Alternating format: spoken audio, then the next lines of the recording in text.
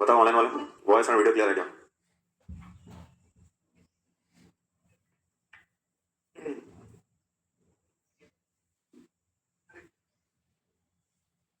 ठीक है, तो आज हमारा एसएससी शुरू करेंगे फिर।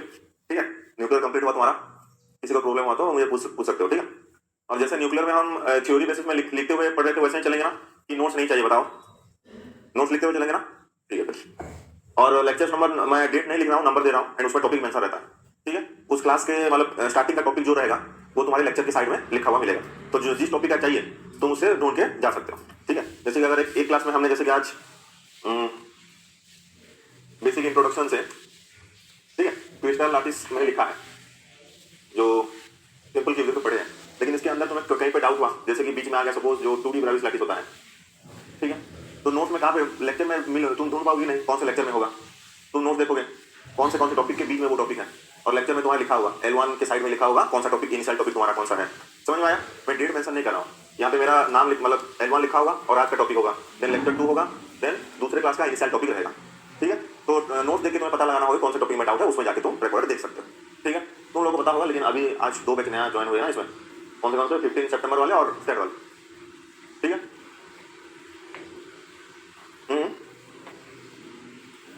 एमएस सेट वाले नहीं होते ना, सिर्फ वो क्वांटम एंड एमएमपी कर देते हैं। आज उनका भी 3 क्लासेस होगा आज से, है ना? चलो फिर, तो सॉलिड स्टेट फिजिक्स में कौन कौन से टॉपिक देखेंगे हम?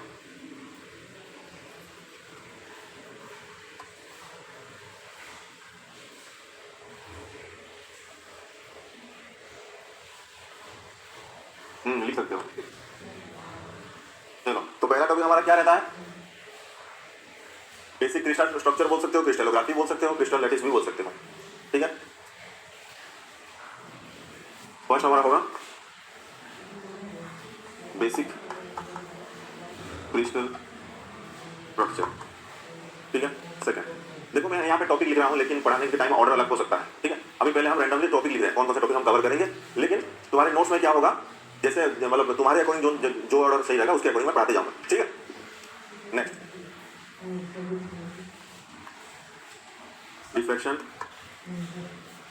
Third semiconductor, fourth super conductor,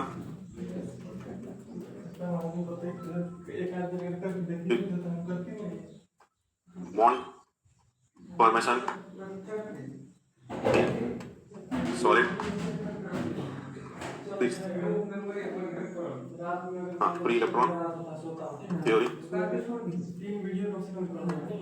lettuce vibration,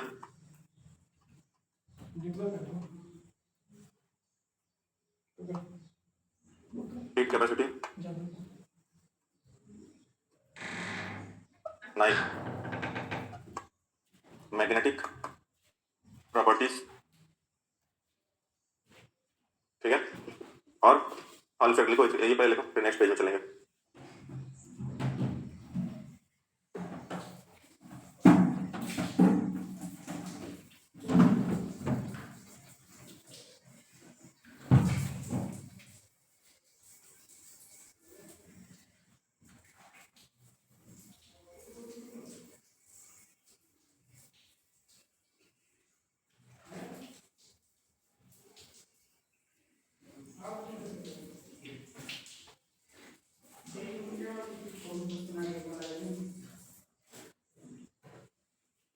ठीक है,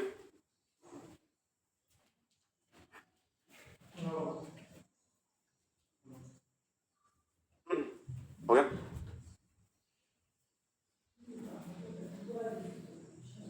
अगर बुक पढ़ना चाहते हो देन एसोफिलाइन, देन पेटल का अच्छा भी रहता है, और क्या, कुरियन वापर। ठीक है, और एक होता है,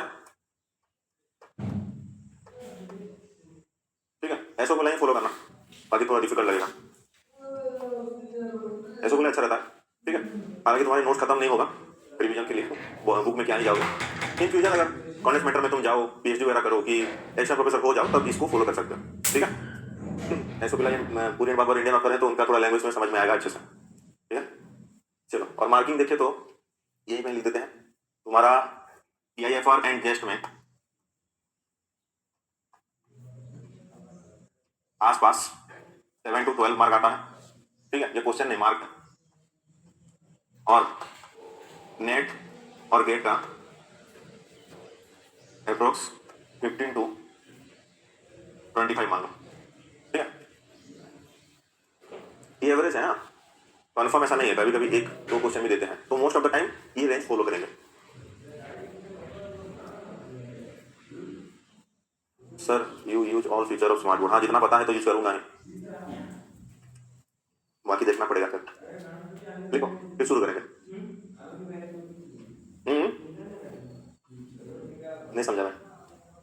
हाँ, अरे एवरेज मान के चलो, मैं रेंज लिखा हूँ इसीलिए, ठीक है, मिनिमम भी है मैक्सिमम भी है, तो हमेशा 12 आएगा ऐसा नहीं है कि हमेशा 7 आएगा ऐसा नहीं है, ठीक है। तो सॉलिड स्टेट का तो 2 क्वेश्चन तो आता है most of the time, minimum to minimum, तो 10 मार्क, लेकिन most of the time 3 question पूछेंगे, क्योंकि ये सिर्फ क्या पार्ट सी में आएगा, एटॉमिक, न्यूक्लियर एंड सॉलिड, सिर्फ पार्ट सी में आएगा, तो तीनों में से मिनिमम टू मिनिमम 3 क्वेश्चन हम एज्यूम कर सकते हैं मिनिमम। हाँ, मतलब खराब कंडीशन हो तो 2 या 1 पूछेंगे, लेकिन मोस्ट ऑफ द टाइम 3 ही पूछ लेंगे वो, ठीक है। बाकी टॉपिक का पूछेंगे, जो क्वांटम का तुम्हारा एडवांस पार्ट है, ठीक है ना, perturbation, Born approximation, partial analysis, virial theorems, है ना, वो सब फिर पार्ट सी में आएगा तुम्हारा, और उसके साथ साथ ये तीनों टॉपिक तुम्हारा थोड़ा मार्क अच्छा आता है, क्योंकि ये उतना डिफिकल्ट रहता नहीं है, थोड़ा बेसिक तुम्हारा क्लियर है तो आराम से कर सकते हो। न्यूक्लियर हो गया, सॉलिड हो गया, एटॉमिक हो गया। एटॉमिक में मॉलिक्यूलर में थोड़ा दिक्कत हो सकता है तुम्हें, क्योंकि उसमें जो स्पेक्ट्रम के बारे में बहुत सारे फॉर्मुलेस हैं, किसका कितना डिफरेंस है, 4R होगा, 12R होगा, उसमें दिक्कत होता है, तो उसमें हो सकता है। लेकिन एटॉमिक हो गया, न्यूक्लियर हो गया एंड सॉलिड का, इसमें तुम्हें थोड़ा इजी लगेगा, तो इसको छोड़ना मत। पार्ट सी में 5 मार्क ईच क्वेश्चन का, हालांकि नेगेटिव हुआ तो फिर जाएगा 6.25, ठीक है। चलो नेक्स्ट, तो हमारा मैटर कितने टाइप का है, मतलब कितने स्टेट ऑफ मैटर है हमारा? हाँ, 4 लेते हैं, लेकिन लास्ट वाला जो प्लाज्मा है उसको उतना स्टडी नहीं करते हम, तो मैक्सिमम हमारा मतलब प्राइमरीली 3 ही बोल सकते हैं। एक 4th होता है क्या, प्लाज्मा बोलते हैं, लेकिन उसका स्टडी हमें नहीं चाहिए अभी। वो क्या होता है, हमारा आयोनाइज्ड गैस होता है, जिसमें कि हमारा पॉजिटिव पार्टिकल और नेगेटिव पार्टिकल रहते हैं, ठीक है, उसका उतना जरूरी नहीं है। तो मोस्ट ऑफ द टाइम हम क्या पढ़ते हैं, हमारा स्टेट ऑफ मैटर या फिर मटेरियल्स को 3 पार्ट में डिवाइड किया गया है, जो है हमारा सॉलिड, लिक्विड एंड गैस। तो जो तुम MSc में कंडेंस्ड मैटर फिजिक्स पढ़ते हो उसमें तीनों को पढ़ोगे, लेकिन हम क्या पढ़ेंगे, सॉलिड स्टेट फिजिक्स, जिसमें हम सॉलिड के बारे में पढ़ेंगे, ठीक है ना। तो पढ़ लिख लो। In general material are first solid, second liquid, third gas. तो ये सॉलिड स्टेट फिजिक्स में हम सॉलिड का क्या क्या पढ़ते हैं, बताओ, क्या क्या प्रॉपर्टीज को हम वेरीफाई करते हैं सॉलिड स्टेट फिजिक्स में, इसका जरूरत क्यों पड़ा, बताओ एक बार, जो पता है बताओ, ऐसा नहीं कि सही बताना है, गलत भी पता है तो बताओ मुझे। और किसी को आइडिया है? अरे इतने लोगों को बताओ। और इंटरनल डिस्टेंस, तो अगर इसको मतलब समराइज करें तो इसमें हम सॉलिड का mechanical properties, thermal, then magnetic, electrical and और क्या, ऑप्टिकल प्रॉपर्टीज। मैग्नेटिक प्रॉपर्टीज में क्या देखेंगे, उसका स्ट्रॉन्गनेस कैसा है, मतलब कैसा स्ट्रेंथ है, जैसे कि इलास्टिसिटी हो गया, है कि नहीं, वाइब्रेशन के केस में कैसा होता है वो देखेंगे, लाइटिस वाइब्रेशन में। इलेक्ट्रिकल में देखेंगे जो सेमीकंडक्टर केस है। देन मैग्नेटिक प्रॉपर्टीज देखेंगे, जो paramagnetic, diamagnetic, ferromagnetic, anti ferromagnetic है, क्योंकि हमारा मटेरियल क्या होता है, मैग्नेटिक मोमेंट शो करते हैं, जिसकी वजह से उसमें मैग्नेटिक प्रॉपर्टीज आएगा, क्योंकि सभी मटेरियल में हमारा आयंस है। आयंस मींस चार्ज पार्टिकल रहेगा, और charge particle means magnetic moment produce होगा। हमने एटॉमिक में देखा है और न्यूक्लियर में भी देखा है कि नहीं, दोनों में हमारा मैग्नेटिक मोमेंट का प्रॉपर्टीज आता है। इलेक्ट्रॉन के केस में भी आ रहा था, प्रोटॉन के केस में भी आ रहा था, यस और नो। और हमारा इज मटेरियल यही दोनों को लेके ही बना हुआ है। तो ये लोग भी क्या बनाएंगे, अपना मैग्नेटिक मोमेंट बनाएंगे, हालांकि कोई स्ट्रॉन्ग बनाएगा और कोई वीक बनाएगा, उसके ऊपर डिपेंडिंग है कि वो मैग्नेटिक फील्ड के साथ कैसे बिहेवियर करेगा, है कि नहीं। तो मैकेनिकल पढ़ लिए, थर्मल पढ़ लिए, देन इलेक्ट्रिकल हो गया, मैग्नेटिक हो गया, एंड ऑप्टिकल में क्या, डिफ्लेक्शन देखेंगे कि एक सॉलिड के ऊपर लाइट गिरने पे क्या क्या बिहेवियर आता है ना। और थर्मल मतलब टेम्परेचर की वजह से क्या क्या होता है, जैसे फोटन पार्टिकल पढ़ोगे उसमें एनर्जी ट्रांसफर होता है। अभी तक हम फोटन पढ़ रहे थे, अभी सॉलिड में आ जाएगा, सॉलिड में एनर्जी का ट्रांसफर, एक सिंगल पार्टिकल को क्या बोलेंगे, फिर फोटन बोलेंगे। जैसे कि लाइट का सिंगल पार्टिकल को फोटन बोलते हैं हम, वो पार्टिकल ना जो क्वांटा बोलते हो, 12th में भी पढ़े होंगे उसको, है ना। तो यही सब के बारे में जानने के लिए जरूरत पड़ा हमें क्या, सॉलिड स्टेट फिजिक्स। और ये सब अगर लिक्विड के बारे में, अगर गैस के बारे में पढ़ने लगे तो उसको हम बोलेंगे क्या, कंडेंस्ड मैटर फिजिक्स। लेकिन हमें अभी क्या चाहिए, सॉलिड स्टेट फिजिक्स चाहिए। तो इस सब में हम क्या, सॉलिड के ये 5 प्रॉपर्टीज को डिफरेंट थ्योरी हो गया, डिफरेंट एक्सपेरिमेंट हो गया, उसके थ्रू जानने की कोशिश करेंगे। कौन कौन सा, फर्स्ट हो गया mechanical, thermal, electrical, magnetic and optical, ठीक है। चलो थोड़ा लिख देते हैं इसको। First, properties of solid. Online वाले तुम्हें कुछ दिक्कत हो रहा है तो तुम मैसेज कर सकते हो, ठीक है, जितना दिखाई देगा मैं पढ़ूंगा। हाँ सही है, दीक्षांत एंड क्या है रिसु, हाँ सही है। तो फर्स्ट हमारा है क्या, मैकेनिकल प्रॉपर्टी।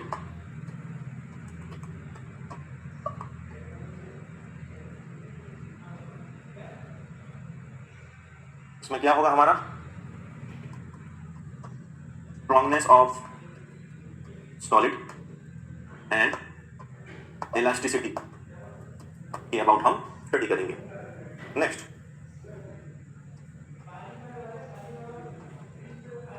थर्मल प्रॉपर्टीज, ठीक है। थर्मल प्रॉपर्टीज में क्या करेंगे फिर हम, उसमें क्या देखेंगे हम, थर्मल प्रॉपर्टीज में जो हमारा इंसुलेटर, कंडक्टर एंड सेमीकंडक्टर आता है, वो इलेक्ट्रिकली भी होता है लेकिन थर्मली मतलब क्या थर्मल कंडक्टर भी होता है, थर्मल इंसुलेटर भी होगा, है कि नहीं। वो जो टेम्परेचर ट्रांसफर कैसे होता है फिर बताओ एक बार, बताओ, अरे बताओ, अरे गलती हो क्या बताओ मैंने फिर, बताओ, सही बोले थे, अरे सही बोले थे, बताओ।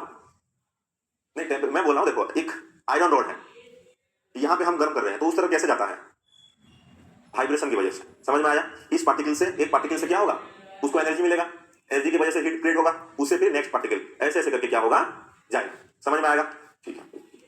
देन तो यहाँ पे हम देखेंगे क्या, behaviour of solid in presence of temperature, then magnetic properties,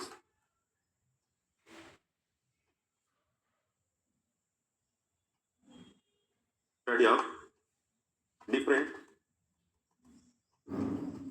magnetic material like diamagnetic, paramagnetic and ferromagnetic, ठीक है। Because matter also produce magnetic moment, ठीक है। ये मॉम मतलब मोमेंट है, तो मॉम मत समझना, फिर ये शॉर्ट फॉर्म में लिखा है मैंने, मैग्नेटिक मोमेंट, ठीक है। जो न्यूक्लियर क्लास के वो समझ लोगे, लेकिन कुछ लोग नए हो ना इसलिए बता दे रहा हूँ। और क्या बचा हमारे पास, इलेक्ट्रिकल एंड ऑप्टिकल, ठीक है। मैं एक बार लिख देता हूँ फिर मैं बैक स्लाइड करूंगा, थोड़ा रुक जाओ, मैं लिख देता हूँ फिर बैक स्लाइड होगा। 4 नंबर हमारा हो गया optical,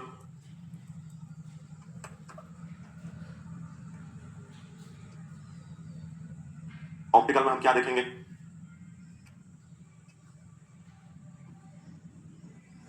behaviour of solid with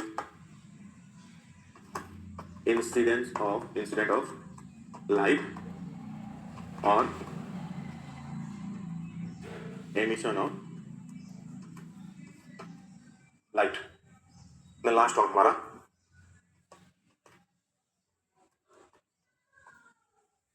electrical properties. इसको लिख लो तुम्हारी लैंग्वेज में, कोई थोड़ा सा, या फिर समझ सकते हो तो लिखने की जरूरत नहीं। तो हमारा जो डायमैग्नेटिक पैरामैग्नेटिक होता है वो थोड़ा बहुत आइडिया है, क्योंकि डायमैग्नेटिक क्या होता है, अगर हमारे पास अनपेयर्ड इलेक्ट्रॉन नहीं है तो, है ना, वो पढ़ेंगे, अभी मैं बस ओवरव्यू दे रहा हूँ, ठीक है। मैग्नेटिक पार्टिकल में जो मैग्नेटिक प्रॉपर्टीज पढ़ेंगे उस टाइम पढ़ेंगे हम, ठीक है। लेकिन अभी बस ये बेसिक चीज है तो मैं थोड़ा तुम्हें बता देता, तुम्हारे दिमाग में रहे। तो डायमैग्नेटिक में क्या होता है हमारा, उसमें अनपेयर्ड इलेक्ट्रॉन नहीं रहेंगे, अगर अनपेयर्ड हो गया तो उसको क्या बोलते हैं हम, पैरामैग्नेटिक, एंड जो कि हमारा स्ट्रॉन्गली मैग्नेटिक फील्ड को शो करता है ड्यू टू अनपेयर्ड इलेक्ट्रॉन, ठीक है। तो चलो अभी मुझे बताओ सॉलिड्स को कितने टाइप में डिवाइड किया गया है। अच्छा बैक साइड दूंगा, सॉलिड्स को कितने टाइप में डिवाइड किया गया है, 2 टाइप्स, क्या क्या होता है, क्रिस्टलाइन, नॉन क्रिस्टलाइन, और इसको एमोर्फस भी बोलते हैं, 2 नाम होता है। तो कभी तुम्हें एमोर्फस मिले तो उसको नॉन क्रिस्टलाइन भी समझ लेना, या फिर कभी तुम्हें नॉन क्रिस्टलाइन मिले तो उसको एमोर्फस समझना है। तो क्रिस्टलाइन में क्या होता है हमारा, क्रिस्टलाइन में हमारा जो अरेंजमेंट होता है वो रेगुलर पीरियोडिक अरेंजमेंट होगा, ठीक है, रेगुलर पीरियोडिक अरेंजमेंट होगा। लेकिन in case of non crystalline और एमोर्फस केस में क्या होता है, वो नॉन पीरियोडिक अरेंजमेंट रहेगा। जैसे कि ग्लास को एग्जांपल लेंगे, मैं डायग्राम लेके आया हूं वो दिखाऊंगा तुम्हें, ठीक है। पहले लिख लो इसको, क्रिस्टलाइन का एग्जांपल हो गया हमारा डायमंड हो गया, ठीक है। लेकिन नॉन क्रिस्टलाइन के केस में हम क्या लेंगे, ग्लास हो गया, प्लास्टिक हो गया, इसका क्या रहता है, नॉन क्रिस्टलाइन रहता है। और एक आता है हमारा क्या, पॉलीक्रिस्टलाइन। पॉलीक्रिस्टलाइन क्या होगा, एक पर्टिकुलर जो हमारा सॉलिड रहेगा उसमें कुछ सेपरेट डोमेन में, या फिर जो रीजन बोलते हो, फेरोमैग्नेटिक केस में डोमेन वाला पार्ट आता है ना, ये थोड़ा आइडिया है। तो तो हम डायग्राम देखते हो गया ना। तो यहाँ पे देखते मैं पहले समझा देता हूँ तुम्हें पॉलीक्रिस्टलाइन क्या होता है। एक अगर हमारे पास मटेरियल है तो यहाँ पे ना इसको अगर 4 डिफरेंट रीजन में डिवाइड करेंगे या फिर हम इसको साइंटिफिक वर्ड में बोलेंगे तो डोमेन बोलते हैं इसको, ठीक है। इसमें क्या होगा, इसमें हमारा ऐसे हमारा मतलब अरेंजमेंट होगा, ठीक है। इसमें ऐसे अरेंजमेंट, और इस वाले पार्ट में ऊपर से नीचे देखो, समझ रहे हो ना। मैं डायग्राम दिखाऊंगा, बस अभी लिख लो, मतलब देख लो, सॉरी लिखो मत। और इसमें फिर ऐसा देखो। तो इस डायग्राम में तुम्हें दिखाई दे रहा है पता नहीं, लेकिन इस डायग्राम में तुम्हें थोड़ा सा अरेंजमेंट अगर देखें अच्छे से, ऐसे है देखो, ये लाइन ऐसे करके गया है, और इसमें ऐसे अरेंजमेंट है, और इस पार्ट में ऐसे, और इसमें ऐसे अरेंजमेंट है, ठीक है। तो पॉलीक्रिस्टल में क्या होता है, अगर टोटल देखे तो हमें क्या लगेगा, डिफॉर्म होके है लगेगा, लेकिन हमारा पर्टिकुलर जो डोमेन आएंगे उसमें वो क्या होगा, अरेंजमेंट, पीरियोडिक अरेंजमेंट रहेगा। समझ में आया, उसको बोलेंगे हम क्या, पॉलीक्रिस्टलाइन। लेकिन क्रिस्टलाइन में क्या होगा, एज ए होल पूरा वो क्या होगा, हमारा पीरियोडिक दिखेगा हमें। समझ में आया। पहले उसका डायग्राम देख लेते हैं, उसको ड्रॉ कर लो, फिर उसका थ्योरी लिखेंगे। मैडम हाँ क्या वो ये शायद, हाँ देखो दिख रहा है ना, दिख रहा है। तो इसका हेडिंग दे दो,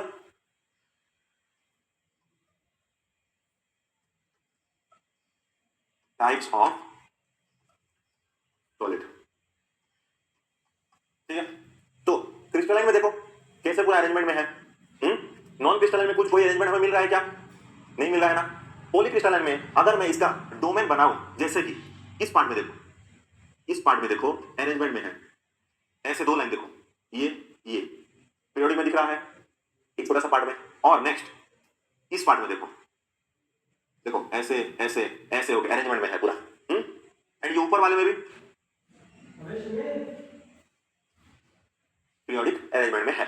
लेकिन अगर ये डोमेन को ना ड्रॉ करें, सिर्फ ऐसे देखेंगे, ये लगेगा हमें एक एमोर्फोस है, लेकिन छोटे छोटे डोमेन में डिवाइड करने के बाद हमें क्लियरली विजिबल है कि ये भी अंदर एक क्रिस्टलाइन जैसा फॉर्म कर रहा है। तो दोनों के कॉम्बिनेशन का है, इसी वजह से इसको हम क्या बोलेंगे फिर, पॉलीक्रिस्टलाइन। या फिर ऐसे बोल सकते हो, पॉली मींस क्या होता है, मोर than 2।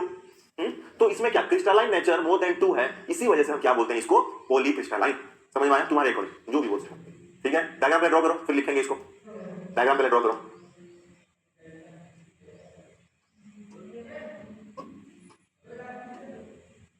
Crystalline solid,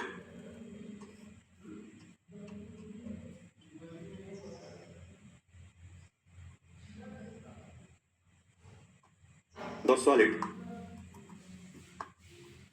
which have regular periodic arrangement,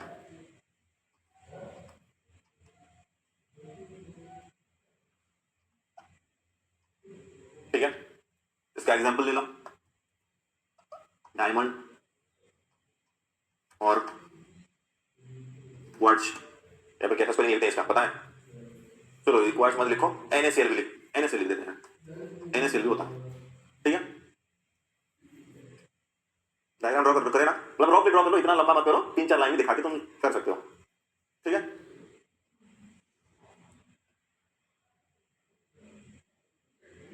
हो गया लिखना, लिखो। ठीक है, डायमंड का थोड़ा डायग्राम देखते हैं। बिना डायग्राम के सॉलिड थोड़ा समझ में नहीं आएगा अच्छे से, ठीक है। तो डायग्राम मिलना पड़ेगा हमें थोड़ा। ऑनलाइन वाले बताओ कि इसमें दिक्कत हो रहा है क्या, हो गया ना। देखो आ गया डायमंड, हाँ ये हमारा डायमंड का स्ट्रक्चर देखो, दिख रहा है पीरियोडिक कि नहीं दिख रहा है,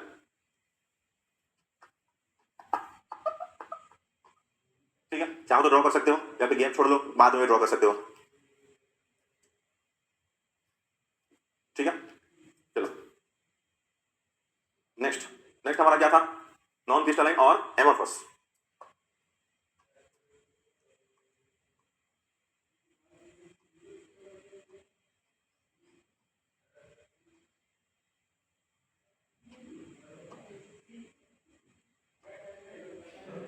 इसमें क्या होगा, does not regular periodic arrangement, ठीक है, इसका एग्जांपल ग्लास एंड प्लास्टिक। इसका भी डायग्राम देख लो, यहाँ पे ग्लास लिखा है, दिख रहा है क्या पीरियोडिक? देखो पता चल रहा है ना, मतलब एमॉर्फस है या फिर नॉन क्रिस्टलाइन है करके, क्योंकि इसका कुछ पार्टिकुलर शेप हमें नहीं मिल रहा है, ठीक है ना। नेक्स्ट हमारा polycrystalline.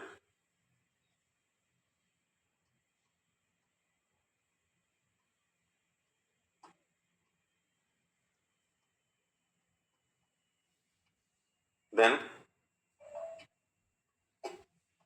Different regular periodic arrangement in different domain और रीजन, तुम्हें जो समझ में आए लिख सकते हो, ठीक है। इसका एग्जांपल लिख सकते हो, इसका जितना भी तुम्हारे पास मेटल्स है, ठीक है, सबका क्या होता है, पॉलीक्रिस्टलाइन होता है, ठीक है। पूरा डायमंड को सॉलिड लेंगे कि उसका थोड़ा पार्ट, नहीं उसका थोड़ा पार्ट को लिक्विड लेंगे, बीच वाले पार्ट को गैस लेंगे, एंड बचा जो उसको सॉलिड लेंगे। और क्या बताओ फिर, बताओ समझ में आया? पॉलीक्रिस्टलाइन समझ में आया ना? चलो अभी क्रिस्टल किसको किसको लेके फॉर्म होता है, बहुत इजी सा दो वर्ड रहता है, बताओ। अरे वो क्रिसिस से बताओ मत, वो लैटिस और बेसिस से बताओ, उसका वर्ड फॉर्म करो, पूरे बताया। क्रिस्टल किससे बनता है, लैटिस प्लस बेसिस। लैटिस क्या होता है, इमेजिनरी पॉइंट इन स्पेस, हम कैसे भी हम ले सकते हैं, ठीक है।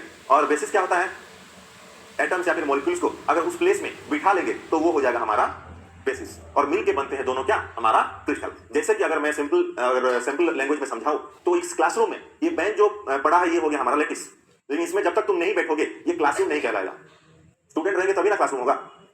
तो पहले बेंच जो पड़ा था ये हो गया हमारा लैटिस, तुम लोग जो बैठे हो तुम लोग को बेसिस, और मिला के बनाए तुम क्लासरूम।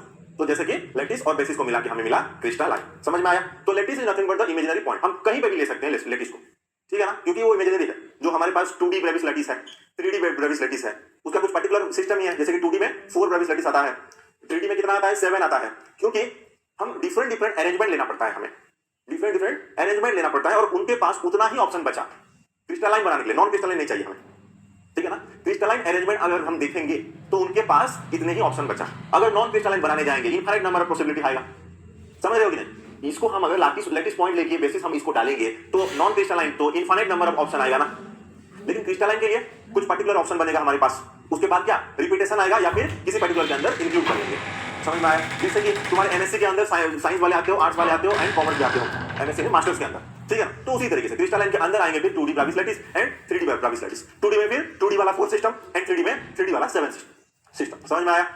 ये लिख लिया ना।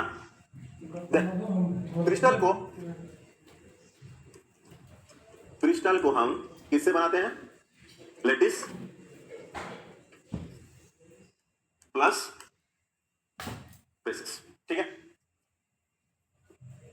समझ में आया? तो उसका एक डायग्राम देखते हैं पहले, थोड़ा आइडिया आ जाएगा कहां पे है।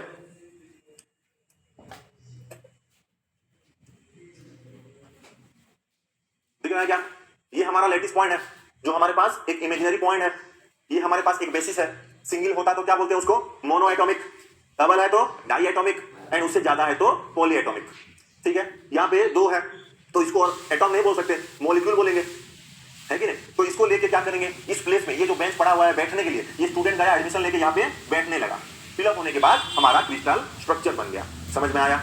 ये होता है हमारा क्रिस्टल, ठीक है। थोड़ा थोड़ा लिख लो, लैटिस क्या होता है हमारा, इमेजिनरी पॉइंट, लैटिस होता है हमारा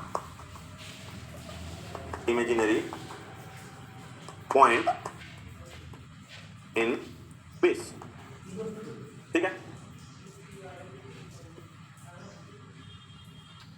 देन बेसिस क्या होगा हमारा, बेसिस होता है एटॉम्स और molecules which attached to lattice point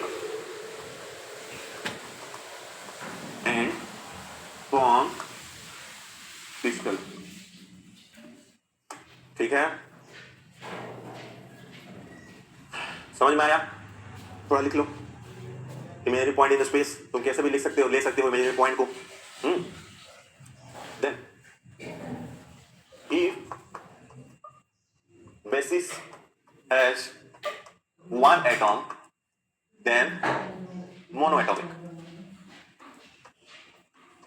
ठीक है, अगर 2 एटम होगा तो diatomic, then more than 2 अगर है इसको बोलेंगे पॉली एटॉमिक। ठीक है, डायग्राम अभी करना चाहो तो कर सकते हो या फिर स्पेस तो कर लेना ताकि तुम्हें समझ में आए। ठीक है, डायग्राम जरूरी है सॉलिड में। हो गया? देन यूनिट सेल क्या होता है? Smallest part. सिर्फ इतना ही सही होगा क्या? स्मॉलेस्ट पार्ट जिसको रिपीटेशन करने के बाद हमारा पूरा क्रिस्टल बनेगा, ना कि सिर्फ स्मॉलेस्ट पार्ट। 2 चीज रहता है, स्मॉलेस्ट तो होना चाहिए लेकिन उसको अगर हम रिपीटेशन करेंगे बार बार देन हमारा पूरा क्रिस्टल बनना चाहिए। जैसे कि अगर सिंपल एग्जांपल लिए, जैसे कि हमारा घर पे हमारा वॉल बनता है, छोटे छोटे ब्रिक्स को लेके ही वॉल बनता है ना। ब्रिक्स हो गया हमारा यूनिट सेल, वॉल हो गया हमारा क्रिस्टल। समझ गए? ऐसे भी तुम समझ सकते हो। ठीक है, यूनिट सेल क्या होता है लिख लो थोड़ा।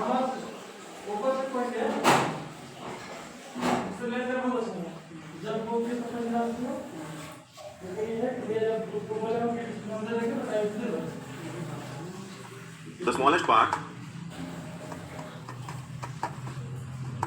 which repetition form the whole crystal। ठीक है, और यूनिट सेल कितने टाइप का होता है? Any idea? Primitive and non primitive. तो प्रिमिटिव किसको बोलते हैं? जिसका effective number of atoms single रहेगा, या फिर जिसमें सिर्फ कॉर्नर पार्ट में हमारा एटॉम्स या फिर मॉलिक्यूल्स रहेंगे। समझ में आया? तो नॉन प्रिमिटिव क्या हो गया? जिसमें कि हमारा इफेक्टिव नंबर ऑफ एटम 1 से ज्यादा आएगा और जिसमें कॉर्नर में तो रहेंगे एटम, ठीक है, उसके अलावा भी हमारा फेस सेंटर में या फिर बॉडी सेंटर में रहेंगे, उसको बोलेंगे क्या? Non primitive. तो मुझे बताओ अभी प्रिमिटिव वेक्टर किसको बोल पाएंगे? अगर हमें प्रिमिटिव सेल पता है, उसको हमें अगर हमारा जो कोऑर्डिनेट एक्सिस है उसमें अगर रख देंगे, उसका जो डायमेंशन होगा उसको हम प्रिमिटिव वेक्टर नहीं बोलेंगे क्या? समझ में आया ना? ये बाद में यूज होगा, मैं अभी बता दे रहा हूँ क्या होगा। प्रिमिटिव वेक्टर के सेंटेंस तुम्हें जहां भी सुनेगा, जहां भी तुम्हें सुनाई देगा, ऐसा समझना है कि प्रिमिटिव सेल जो है उसका डायमेंशन को हम बोलते हैं क्या? प्रिमिटिव वेक्टर बोलते हैं। समझ में आया? वो हम यूज करेंगे। ठीक है, ये लिखे। चलो नेक्स्ट, अभी इसका 2 टाइप्स। पहला क्या है हमारा? प्रिमिटिव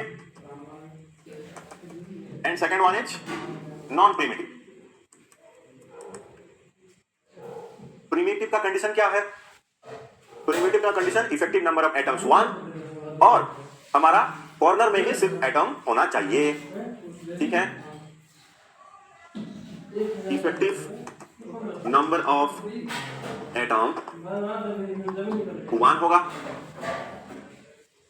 एंड और क्या? Atoms are only at the corner. ठीक है, सिमिलरली नॉन प्रिमिटिव का effective number of atoms is greater than 1 होगा, है कि नहीं? और एटम्स आर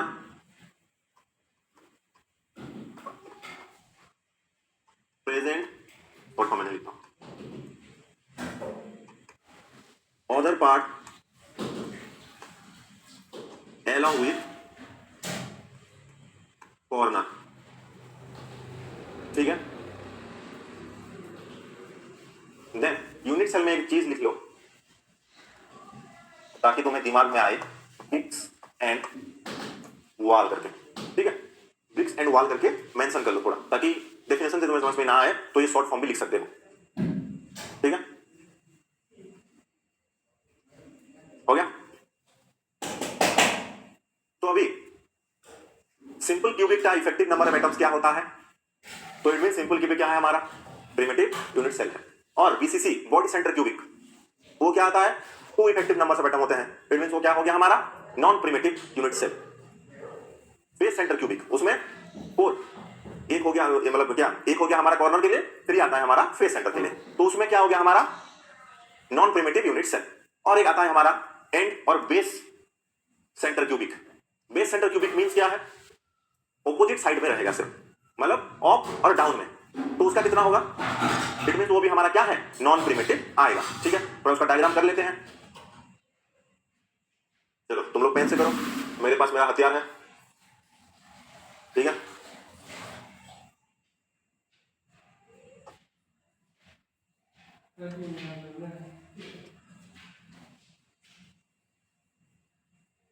ये हमारा सिंपल क्यूबिक का केस है। ठीक है, इसमें हमारा आइटम्स कहां पे रहते हैं, कॉर्नर पे। ठीक है, इट मींस इसका हमारा इफेक्टिव नंबर ऑफ एटम, और इसको क्या एन इफेक्टिव भी लिखते हैं ना, equal to 1/8 into 8 equal to कितना 1 हो जाएगा। इट मींस ये क्या है हमारा, यहीं पे ही लिख देते हैं प्रिमिटिव। ठीक है, समझ में आया। देन हमारा बीसीसी,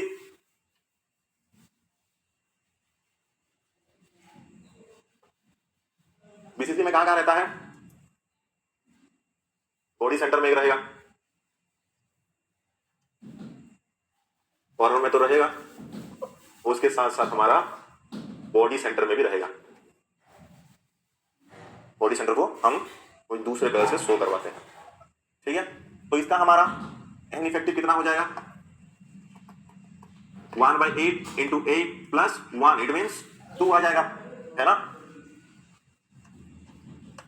तो ये क्या हुआ हमारा नॉन प्रिमिटिव।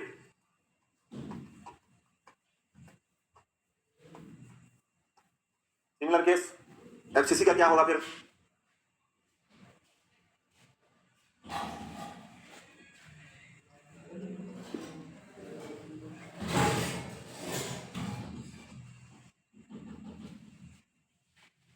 एफसीसी में कहां रहता है हमारा आइटम्स, फेस में रहेंगे।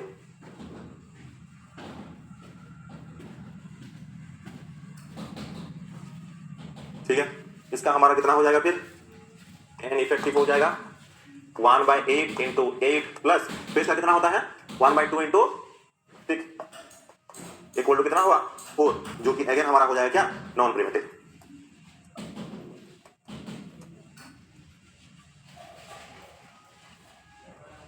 ठीक है, ये डायग्राम समझ में आ रहा है ना, फेस में है।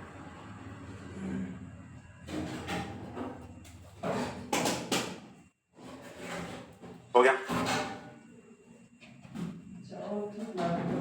Next non primitive. ठीक है, नेक्स्ट हमारा क्या आएगा, बेस सेंटर।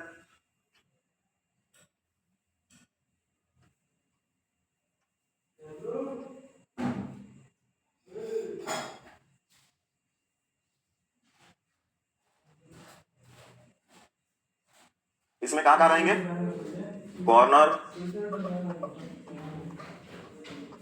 और एक ऊपर रहेगा और एक नीचे रहेगा। तो इसका effective number of atoms an effective क्या हो जाएगा 1/8 into 8 plus 1/2 into 2 which is 2, जो कि अगेन हमारा क्या है नॉन प्रिमिटिव। ठीक है,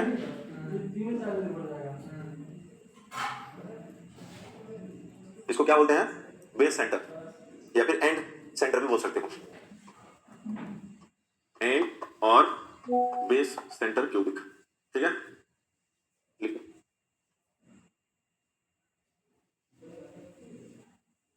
देन आ गया हमारा क्या ब्राविस लैटिस। वो लॉन्ग क्वेश्चन आता था ना तुम्हारा, बताओ क्या क्या टाइप का है, नहीं पूछते हैं सेमेस्टर में।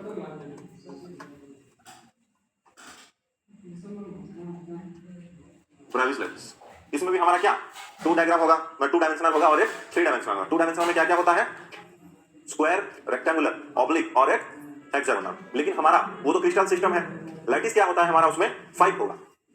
समझ में आया, डायग्राम दिखाऊंगा कैसे। 4 सिस्टम है, एक हो गया स्क्वायर, एक हो गया रेक्टेंगुलर, एक हो गया ऑब्लिक, एक हो गया हेक्सागोनल। तो ये रेक्टेंगुलर पार्ट में एक नॉन प्रिमिटिव और एक प्रिमिटिव वाला पार्ट आता है, देखेंगे डायग्राम में। इस वजह से अगर हमें कोई पूछे क्रिस्टल सिस्टम कितना है तो 4 होगा, लेकिन लैटिस कितना है तो क्या करेंगे 5 लेंगे। उसी तरीके से अगर हम 3 डायमेंशनल में देखेंगे टोटल हमारे पास 7 क्रिस्टल सिस्टम आएगा, लेकिन उसमें टोटल 14 नंबर्स ऑफ लैटिस का अरेंजमेंट आएगा, जिसमें कि ये चारों में इंक्लूड होके आएंगे। इसीलिए पहले हम डायग्राम कर लिए।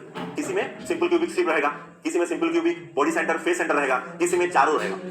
तो ऐसे ऐसे करके टोटल 14 मतलब ऐसा मत समझना क्रिस्टल सिस्टम 7 है लैटिस 14 है मतलब ईच का 2-2 होगा, ऐसा कभी मत समझना, ठीक है। हम देखेंगे इसका क्या होता है। मैं डायग्राम लेके आया हूं, उसको कैसे याद करना है मैं बताऊंगा। तो डायग्राम देखते हैं पहले 2 डायमेंशनल का। देखो अभी इतना छोटा क्यों आ रहा है, देखो ये 2D का हो गया, और बड़ा चाहिए क्या? एक स्क्वायर है, देख रहे हो ये प्रिमिटिव है कि नॉन प्रिमिटिव है? कॉर्नर में सिर्फ है ना। इस वहां पे हम क्या 1/8 इंटू 8 कर रहे थे, यहाँ पे 1/4 इंटू 4 हो जाएगा। 2 डायमेंशनल है ना। Then hexagonal primitive non primitive, primitive ये oblique primitive non primitive, then rectangular primitive, और ये रेक्टेंगुलर सेंटर जो बोल रखा है ये होता है हमारा नॉन प्रिमिटिव, क्योंकि सेंटर में एक आ जाएगा, इसका हमारा इफेक्टिव नंबर ऑफ एटम 2 हो जाएगा, बाकी का सिर्फ 1 1 1 ही होगा। समझ में आया? यहाँ पे देखो रिलेशन भी दे रखा है, ठीक है। तो हमारा स्क्वायर में ऑब्वियसली हमें पता है a इक्वल टू b होगा एंड उसका बीच का एंगल 90 डिग्री, ठीक है। हेक्सागोनल एंड ऑब्लिक दोनों का डायग्राम देखो तो सिमिलर दिख रहा है, लेकिन उसका कंडीशन हेक्सागोनल में इक्वल आएगा, ऑब्लिक में इक्वल नहीं आएगा, और एंगल में भी डिफरेंस है। इसमें एंगल क्या है 120 फिक्स है, लेकिन इसमें not equal to 90, it means दूसरा भी हो सकता है। समझ में आया? रेक्टेंगुलर प्रिमिटिव में क्या है, दोनों का कंडीशन सेम है, लेकिन इसमें क्या है एक सेंटर में और एक लैटिस है हमारे पास, जिसमें कि एटम रहेगा, जिसकी वजह से ये हो गया हमारा क्या नॉन प्रिमिटिव। सिर्फ यहाँ पे हमारा प्रिमिटिव लिख रखा है। समझ में आया? तो डायग्राम तुम्हें ड्रॉ करना पड़ेगा, याद रहेगा ना नाम। ये हो गया हमारा प्रिमिटिव, ये हो गया प्रिमिटिव, प्रिमिटिव ये भी प्रिमिटिव, लेकिन ये क्या हो गया न्यूमेरिकल फिजिक्स मत समझना, ये नॉन प्रिमिटिव है, ठीक है। चलो दिमाग रहेगा, अच्छे से याद करना थोड़ा, ठीक है, यूज में आता है ये।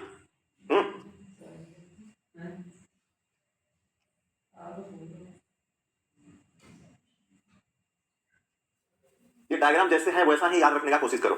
स्क्वायर के साइड में क्या है हेक्सागोनल, इनमें दोनों में a इक्वल टू b है। देखो रेक्टेंगुलर के पास में क्या है ऑब्लिक है, इनमें दोनों में a not equal to b होगा। ऐसे तुम्हें दिमाग में बैठाना पड़ेगा, वरना हेक्सागोनल एंड ऑब्लिक के केस में तुम्हें दिक्कत हो जाएगा कौन सा क्या लेना है, क्योंकि डायग्राम तो इजी है लेकिन कंडीशन में डिफरेंस है, ठीक है।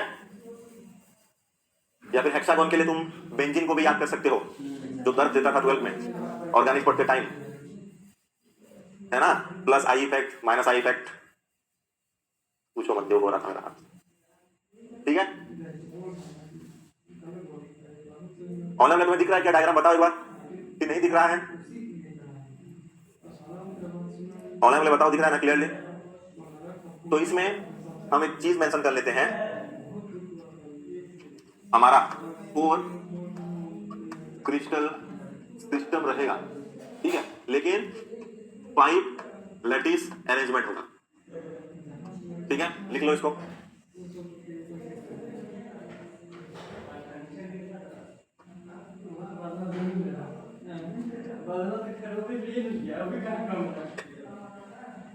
अरे 4 क्रिस्टल सिस्टम मतलब ये जो हमारा है स्क्वायर हेक्सागोनल ऑब्लिक, ये दोनों अलग अलग है, समझ रहे हो ना। अगर हम एकदम सिंपल एग्जांपल लिए, जैसे कि तुम्हारा 11 12 हो गया तुम्हारा क्रिस्टल सिस्टम, 11 में ए बी सी सेक्शन होता है, वो हो गया हमारा लैटिस अरेंजमेंट, होता है कि नहीं। जो अच्छे परसेंट लाते हैं उनको बॉयज एंड गर्ल को मिला के बैठाते हैं, जो अच्छा नहीं पढ़ता बॉयज को अलग एंड गर्ल्स को अलग पढ़ा, फिर सेक्शन हो जाता है ना। हमारे यहाँ से होता था, इसलिए बच्चे जानबूझ के अच्छे पढ़ते हैं फिर। विजिबल है, ठीक है, तो ड्रॉ कर लो। समझ में आया?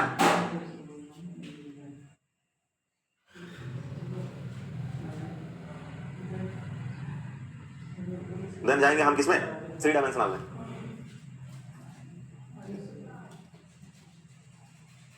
ठीक है। ड्रॉ कर लेना, अभी छोड़ दो इसको, हो गया, हो गया ना,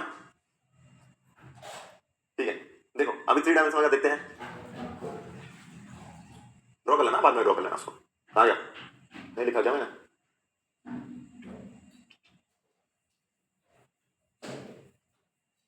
अरे लाया तो था, पेपर दिख रहा है क्या? देखो 3D करके, नहीं दिख रहा है ना, ये तो 2D वाला है, ये ग्लास का है, क्रिस्टलाइन तो नहीं है। क्रिस्टलाइन में वो टाइप था, डायमंड नहीं, एनर्जी नहीं, ईपी नहीं, लैटिस बेसिस तो नहीं है, ये तो ऑसिलेशन का है, नहीं है। चलो कोई दिक्कत नहीं, हम जाएंगे कहाँ पे, इंटरनेट पे। इंटरनेट कैफे में जाएंगे हम। खुल जाओ भाई।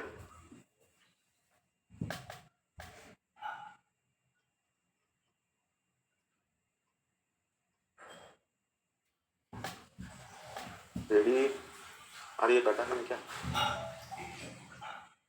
रेडी ऑप्शन नहीं दे रहा है।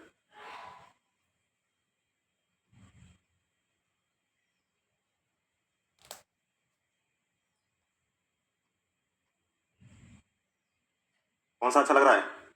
ये वाला सही होगा, ये सही है ना? और क्या क्या हमारे पास दुकान में है? कोई दूसरा वैरायटी का है क्या?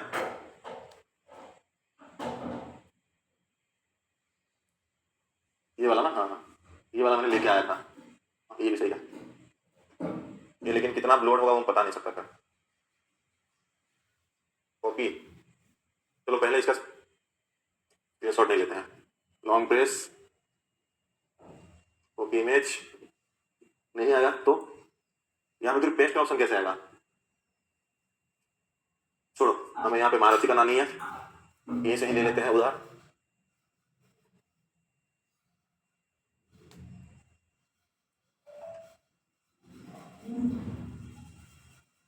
दिख रहा है क्या? पता चल रहा है कि नहीं? नहीं चल रहा है? तो और एक उसके साथ कंपेयर करते हैं, और एक था ना ऊपर अच्छा वाला, कौन सा? ये वाला, ये वाला ना, ये थोड़ा क्लियर है। और कौन सा कलरफुल था? ये वाला, ये वाला। इसमें टेबल में है ना तो तुम्हें इजी होगा थोड़ा, मतलब सेपरेट सेपरेट सेपरेट करके है ना तो तुम्हें इजी हो जाएगा। साथ है ना? हाँ, बाद में पता चला भूल गया एक।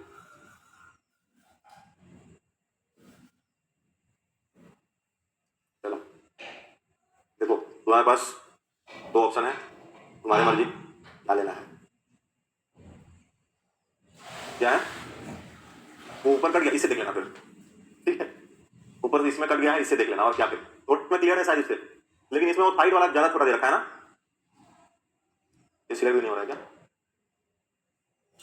तो इसको इसको देखो, ये अच्छा नहीं है, इसको काट देते हैं। इसमें देखो हमारा क्या कितना है, 1 2 3 4 5 6 7 है, ठीक है? इसमें से हमारे लिए इंपॉर्टेंट है, तुम्हारा अगर मन कर रहा है तो याद रख सकते हो, लेकिन क्यूबिक, टेट्रागोनल, मोनोक्लिनिक, ठीक है? इतना तुम्हें दिमाग में बैठाना पड़ेगा तीनों का, ठीक है? और बाकी तुम चाहो तो याद रख सकते हो, और ना चाहो तो याद मत रख सकते हो, ठीक है? तो इसमें देखो ट्राइक्लिनिक में हमारा क्या है, एक सिंपल क्यूबिक वाला आ रहा है। मोनोक्लिनिक में एक simple cubic, volume centre means क्या होता है? बॉडी सेंटर, ठीक है? वॉल्यूम सेंटर मींस क्या होता है हमारा? Body centre. हाँ, पीडीएफ में दिख जाएगा, अभी नहीं दिख रहा होगा ब्राइटनेस की वजह से, तुम्हें पीडीएफ में दिख जाएगा या फिर इसका फोटो में भेज दूंगा ग्रुप में, ठीक है? ऑर्थोरॉम्बिक में देखो मतलब सभी टाइप का हमारा अरेंजमेंट हो सकता है। टेट्रागोनल में simple and body centre, trigonal में हमें सिंपल, क्यूबिक में simple, body centre and base centre. इसके बारे में हम पढ़ेंगे फिर, डिटेल्स करके पढ़ते हैं ना क्यूबिक का। हेक्सागोनल का क्या होता है हमारा? सिंपल होता है, इसका अरेंजमेंट दे रखा है, हेक्सागोनल के बारे में भी पढ़ोगे, लेकिन हमारे लिए ये जो 3D ग्रेविस लैटिस है इसमें क्यूबिक, टेट्रागोनल, मोनोक्लिनिक, इसको याद रखना हमारे लिए थोड़ा जरूरी है, ठीक है? तो और एक चीज याद रखना, सभी टाइप का अरेंजमेंट किसमें पॉसिबल है? ऑर्थोरॉम्बिक। पूछ भी सकता है ऐसा गेट में, नेट में नहीं पूछेगा, गेट के भरोसा नहीं है, ऐसा भी पूछ लेता है, ठीक है? सभी टाइप का अरेंजमेंट किसमें पॉसिबल है? ऑर्थोरॉम्बिक, लेकिन सिंगल टाइप का ट्राइगोनल एंड हेक्सागोनल, ठीक है? हाँ सॉरी, ट्राइगोनल 3 है, तो उसको पूछेगा ना, ये पूछेगा किसको? ऑर्थोरॉम्बिक को पूछेगा, याद रखना। ऑर्थोरॉम्बिक का चारों टाइप का पॉसिबल है। अगर फिर भी इसको कुछ शॉर्ट ट्रिक से याद रखना चाहो तो भी रख सकते हो।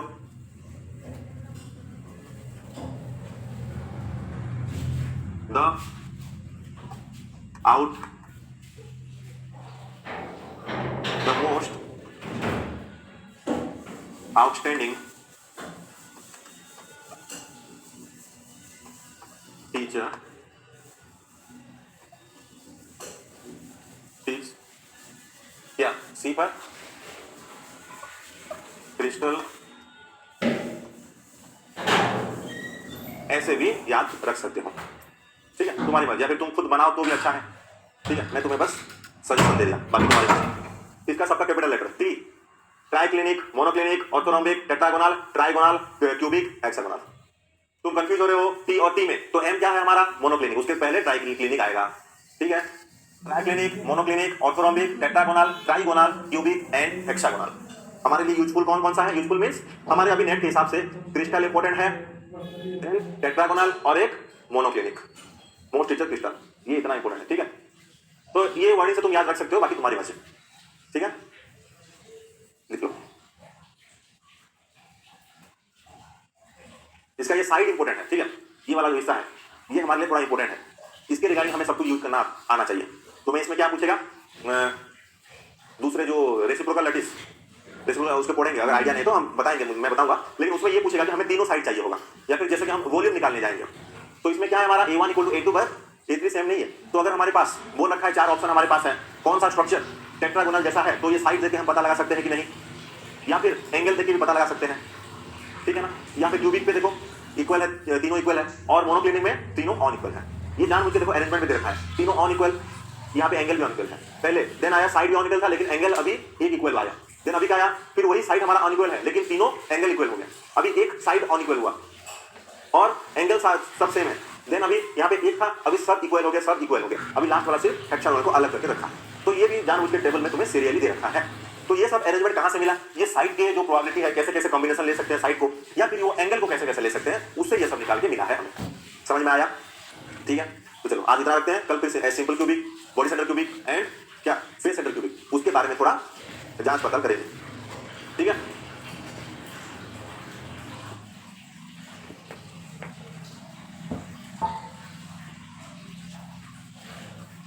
ये डायग्राम वगैरह घर जाके ड्रॉ कर लेना, ठीक है, कंप्लीट कर लेना इसको।